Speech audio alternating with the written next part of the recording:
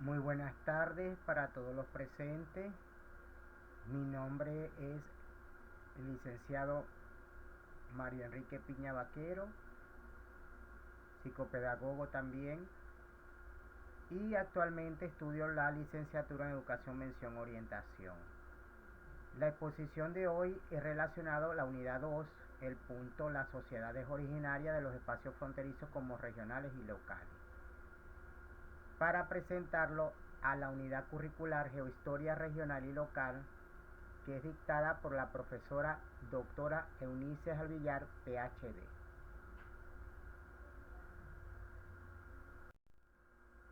En la lámina número 2, ahí podemos observar, dentro de las sociedades originarias en América, la gran diversidad cultural que existe dentro del continente, a través de las condiciones naturales muy variadas entre esos ambientes, como es el cultivo de la tierra, también la cría de ganado, la caza de animales y la recolección de frutos, pesca en las costas, y cómo los pueblos americanos desarrollaron diversas estrategias para aprovechar cada región. Ahora bien, en la lámina número 3, en las sociedades originarias en América, nos encontramos que la diversidad americana se observó a través de una organización política. Estos pueblos desarrollaron importantes centros urbanos, logrando expandirse hasta formar tres grandes imperios, que son, primero, el azteca, segundo, el maya y tercero, el inca. Ahora bien, comenzaremos a definir el espacio del imperio maya, el cual se ubica geográficamente de la siguiente manera. Primero se remonta mucho antes de 1000 a.C. Por otra parte, con los años fue desarrollándose y expandiéndose hasta ocupar la península de Yucatán, que es lo que conocemos hoy como México, y actuales países como Guatemala, Belice y parte de El Salvador y Honduras. Ahora bien, continuando con la exposición acerca de las sociedades originarias americanas, nos encontramos con los mayas. En este caso hablaremos acerca de la organización política. Esta organización dentro de este imperio fue numerosa dentro de las ciudades y estados, como pueden ver en las láminas, en las fotografías que están dentro de las láminas. Cada una con su propia forma de gobierno, aunque sí compartían elementos culturales como las costumbres, las lenguas, la religión. Eran independientes y comerciaban entre sí. Solo ante amenazas de conflicto conformaban las alianzas. Y llegada a los españoles a esta región, los mayas en decadencia, sin embargo, hay muchos descendientes que conservan aún las creencias y la lengua de este imperio. Por otra parte, dentro de los imperios mayas, su organización social estuvo conformada de la siguiente manera. Era una sociedad jerárquica, es decir, no igualitaria, dividida en tres grupos sociales: los nobles, el pueblo y los esclavos. En el caso de los nobles, eran gobernantes y sus familias sacerdotes, guerreros de mayor rango y comerciantes. La máxima autoridad se llamaba Jalak Winik, heredaba el cargo y gobernaba hasta su muerte. En el caso del pueblo, era un grupo que comprendía la mayoría de la población, entre esos campesinos y artesanos, los cuales debían pagar un tributo al Estado para dar parte de lo que producían al grupo de los nobles. Y los esclavos eran prisioneros de guerra o deudores. Estos no tenían derecho de ningún tipo y trabajaban para los nobles. En el caso del imperio maya, ellos mantenían como religión, o sea, eran politeístas. ¿Qué quiere decir politeísta? Que creían en muchos dioses que se invocaban de acuerdo a las necesidades o a las actividades que ellos realizaban. Ellos realizaban ceremonias por sacerdotes en los cuales hacían sacrificios de animales para poder acceder a las relaciones con sus dioses. A veces, en casos especiales, sacrificios humanos también.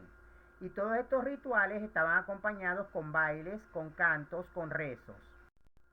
Ahora, en la lámina número 8 podemos encontrar dentro de la cultura maya cómo realizaron grandes obras arquitectónicas que aún se conservan en lugares como Chichén Itzá, Palenque, Tikal y Uxmal. Allí en las láminas podemos observar algunas de esas fotografías de esas obras arquitectónicas que son de gran envergadura. Y muchos de estos edificios eran unos centros religiosos, pero también eran palacios y observatorios astronómicos. Continuando con la cultura maya, allí en la lámina número 9 podemos observar algunas de las fotografías, como ellos en las grandes ciudades habían espacios que desarrollaban un juego que se conoce hoy como el juego de pelota. Es decir, pasaban una pelota por un anillo de piedra colocado en la parte superior de un muro. Esto, como lo ven allí en la fotografía. Y esta práctica ritualista muy importante podía incluir el sacrificio de alguno de los participantes.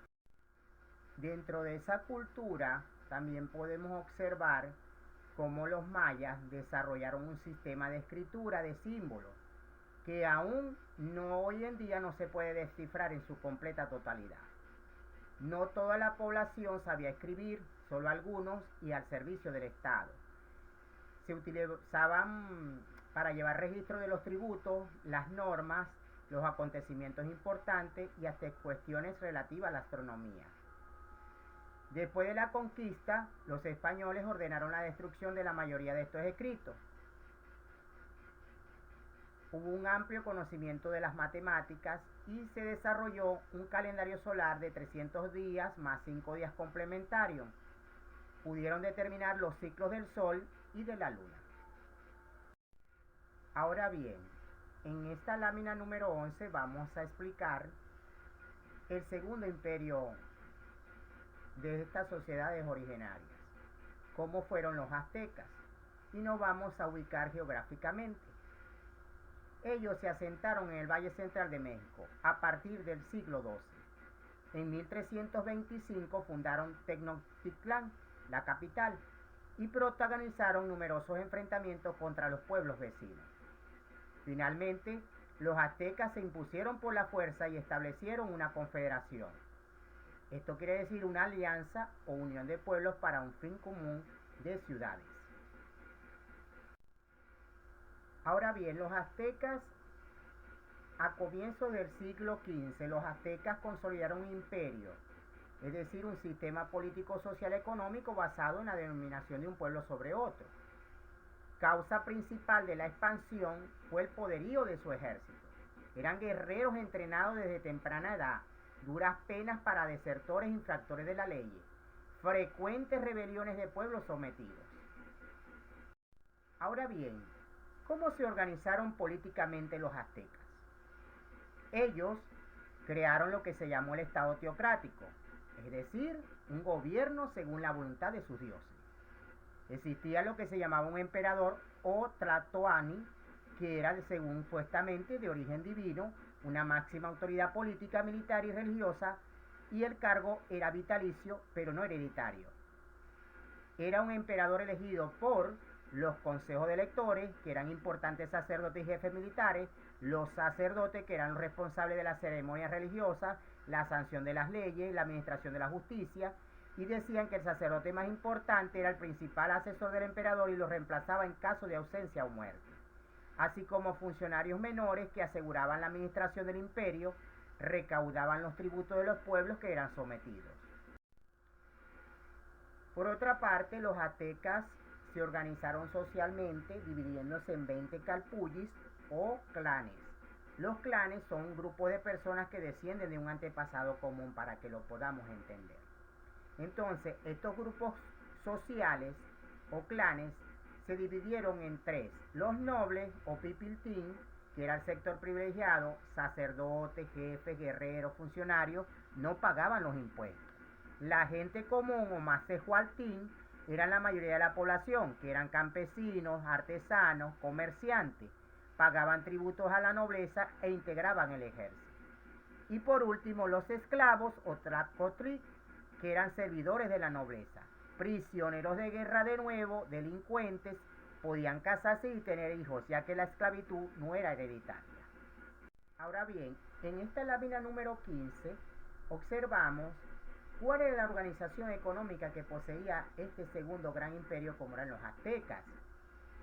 Primero, la agricultura era la base económica azteca y controlada por el Estado. Dentro de esa agricultura existían los cultivos, que era el maíz, muy importante para ellos y adorado, la calabaza, el tomate, el ají, la vainilla, el cacao. Y el tabaco era un privilegio de los nobles, consumido luego de las comidas o utilizado en ceremonias religiosas. Así como también el comercio, que era el intercambio que había entre productos agrícolas y la artesanía en mercados locales y aldeas alejadas. Y aquí en este aspecto observamos cuál era la religión de los aztecas. Como dijimos al principio en láminas anteriores, por eso es que su imperio se destacaba por dioses. Y entonces estos dioses estaban asociados a elementos de la naturaleza como el sol, la lluvia o la tierra, o con animales como la gran serpiente. Entre esos dioses, los más importantes era el dios de la guerra y el dios del sol. Y también se encontraba el dios de la sabiduría, representado como una serpiente emplumada, que todos los pueblos allá en México constantemente se habla de ello. Así como también dentro de uno de los aspectos importantes que tuvo la religión de los aztecas era porque estaba muy ligada a la guerra. Es decir, que ellos consideraban el pueblo elegido para evitar la muerte del sol.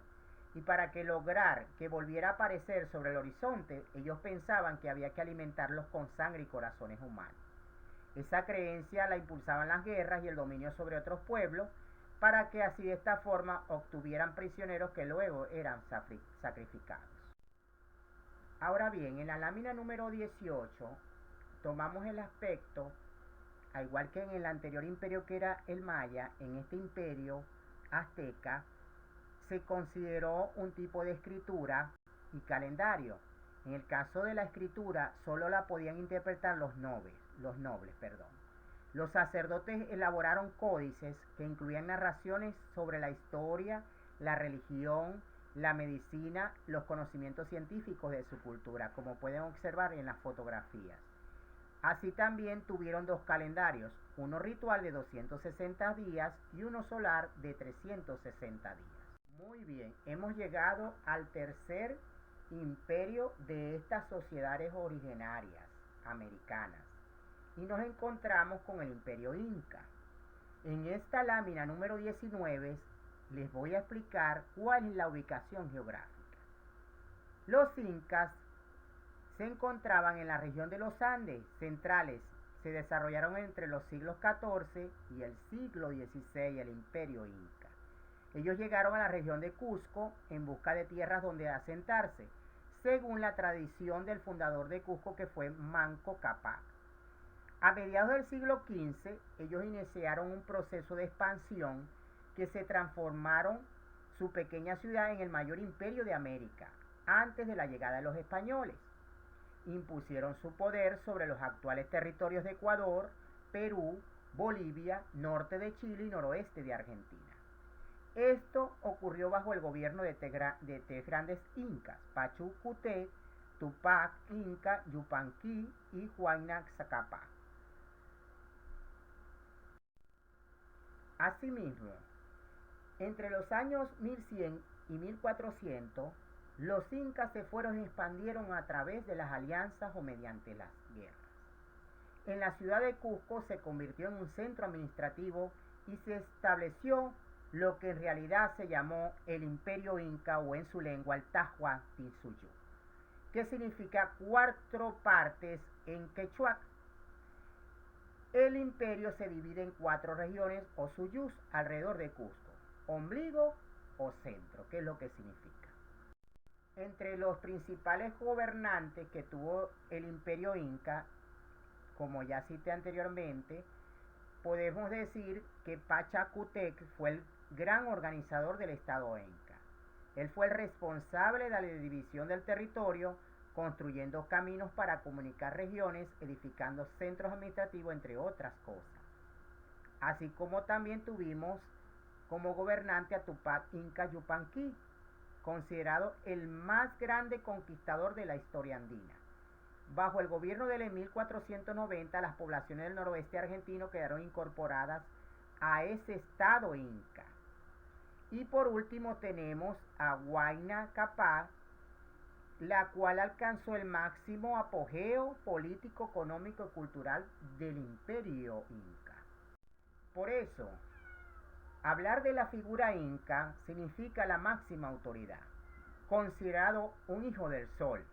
Su persona era sagrada, y era tan sagrada que sus atribuciones económicas era porque organizaba a la población para obtener recursos y realizar obras públicas.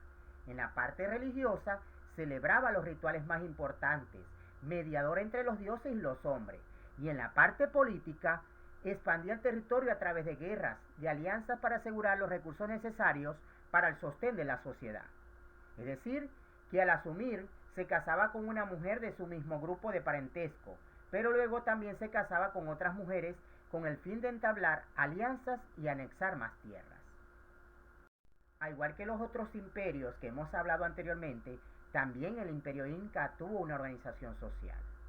Esta estaba con una élite cusqueña, formada por dos grupos nobles, los nobles de sangre, que eran parientes del inca, y los nobles de privilegio, que eran comunes premiados por alguna labor o misión desempeñada.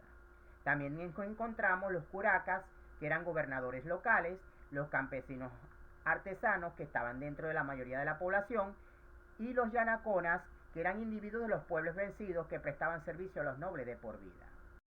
Ahora bien, había una particularidad en el imperio inca. Era porque existía una población andina que agrupaba lo que se llamaban el Ayllu. Esto representaban a las familias extensas que descendían de un mismo antepasado. Y varios Ayllu formaban una aldea. Tenían la obligación de cumplir con una mita. ¿Qué es una mita? Un tributo de trabajo rotativo para el inca, es decir, construcciones de caminos, de puentes, de templos, de trabajo agrícola o entre otras actividades. Ahora bien, en la lámina número 25, dentro del imperio inca, encontramos lo que se llama la reciprocidad y la redistribución. Estos principios se basaban en la sociedad cuando se practicaba dentro del Ayllu y se consistía en la ayuda mutua que se ofrecía a sus miembros. Es decir, todos los integrantes del Ayllu colaboraban en la construcción de viviendas o en los trabajos de siembra y cosecha. Allí se practicaba el principio de reciprocidad. Y el principio de redistribución consistía en el reparto de excedentes por parte del Estado inca. Ejemplo, en tiempos de malas cosechas, el inca enviaba alimentos a las regiones afectadas. Por supuesto, también al hablar de este imperio tan importante que fue el inca, tenemos que conocer las actividades económicas. Y también la agricultura fue su base para la economía. Y para obtener el mayor rendimiento, utilizaron el suelo montañoso de los Andes, construyendo terrazas de cultivos, como pueden observar ustedes en la fotografía de las láminas, con grandes escalones de tierra fértil recorrido por canales de riego. Objetivo era aprovechar diferentes climas en distintas alturas para obtener así una enorme variedad de alimentos. Entre esos cultivos importantes estuvo la papa, el maíz, la coca, etc. Bueno, aquí tenemos en esta lámina la ciudad de Machu Picchu, la cual está ubicada a 2.400 metros de altura, conocida por los lugareños y difundida en el mundo desde la exploración realizada por un estadounidense en el año 1911. En este pasaje que quiero resaltar, porque en realidad el imperio inca forma una parte de la arquitectura e ingeniería maestra del planeta, de nuestro planeta Tierra, entonces forma parte del patrimonio cultural de la humanidad, declarado así por la UNESCO. Allí pueden observar en las fotografías el lugar de residencia de una pequeña y selecta población, probablemente parte de la nobleza incaica, aunque se conoce su verdadero propósito. Bueno, y por último, mostrarles más de esa maravillosa y majestuosa arquitectura y esa obra maestra de este imperio. Ahí tenemos el patrimonio de los incas en Machu Picchu, que eso queda en Perú, a los que han podido ir hasta allá y deleitarse con esta majestuosa obra que fue patrimonio cultural de la humanidad desde el año 1983 y luego en el 2007 elegida como una de las 9 de las 7 maravillas del mundo en una votación que se hizo electrónicamente mundial. De tal manera que esta exposición que hemos hecho hoy y nos hemos deleitado pasando a través de lo que son las sociedades originarias americanas, de estos maravillosos 3 imperios, el maya, el azteca y el inca, de tal manera que nosotros podemos esbozar y sacar nuestras propias conclusiones de lo que ha sido entonces nuestro desarrollo a través del tiempo, de estas líneas del tiempo, hasta nuestros días, y enfocarnos en lo que realmente nos puede ayudar el estudio de todas estas organizaciones que se basaron tanto en la parte política, en la parte cultural y en la parte social. Por eso, muchas gracias. Espero que esta pequeña exposición les haya servido como un buen material para todo su desarrollo en todos sus campos. Mil gracias.